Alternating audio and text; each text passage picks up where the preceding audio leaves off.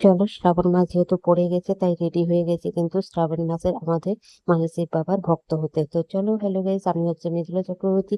আমার ব্লগ নিয়ে তোমাদের মাঝে চলে এলাম। তাতে এখন সবুজ চুড়ি, সবুজ নখপালিশ এবং সবুজ চিরুনি, সাথে আরো অনেক কিছু সবুজ নিয়ে বসে পড়েছি। আর সকাল সকাল পুজোটাও সেরে নিচ্ছি, যেহেতু কালকে উপোস করেছিলাম। তার উপোস করে কিন্তু ভোলা বাবার পুজো আজকে তো করতেই হবে, না করলে কিন্তু পুজো করাটা তো বৃথা যাবে।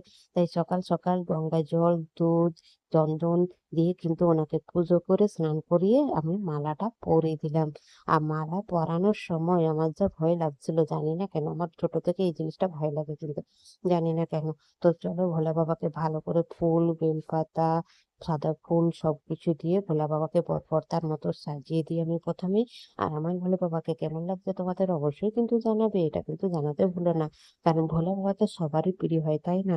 ভোলা বাবা আমাদের যেহেতু প্রতিদেব, তো দেখো আমি যে ভোগ লাগিয়েও আমি কিন্তু ভোলা বাবার চরণ তলে দিয়ে দিয়েছি। আর এবার আমি কিন্তু যাবো আমার নিজের ফল পূরণ করতে। তো ফল আজকে কাঁঠাল, এই দেখো এত বড় একটা কাঁঠাল।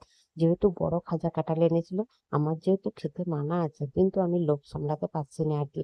তো আমি চুপি চুপি ভাবছি তোমাদেরকে দেখিয়ে কয়েকটা খাবো, তাই নিয়ে বসে পড়েছি। ভাবছি পুরো গামলাটাই খেয়ে শেষ করে দিই, কিন্তু যেহেতু চলবে না, তাই আর কি লুকিয়ে লুকিয়ে কয়েকটা খাচ্ছে। আর এদিকে বরমশাই দেখো এগুলো আবার কি নিয়ে এসছে।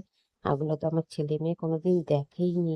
মেয়ে দেখলেও দেখেছে কিন্তু নামটা ভুলে গেছে। আর ছেলে বলছে এগুলো আবার কি, এগুলো কি এনে দিয়েছে বাবা, দেখো একটা নতুন জিনিস নিয়ে এসছে। তো আমি বললাম এগুলো হচ্ছে ছোটবেলার আমাদের ফল, আমরা খেয়েছি, তোরা হয়তো খাসনি। কারণ তোরা জানবি কোথায়, তোরা টাউনশিফটে মানুষ হয়েছিস আর আমরা গ্রামে মানুষ হয়েছি, তাই আমরা গ্রামের মানুষরা এগুলো জানবে, তাই না? আজকের ব্লগটা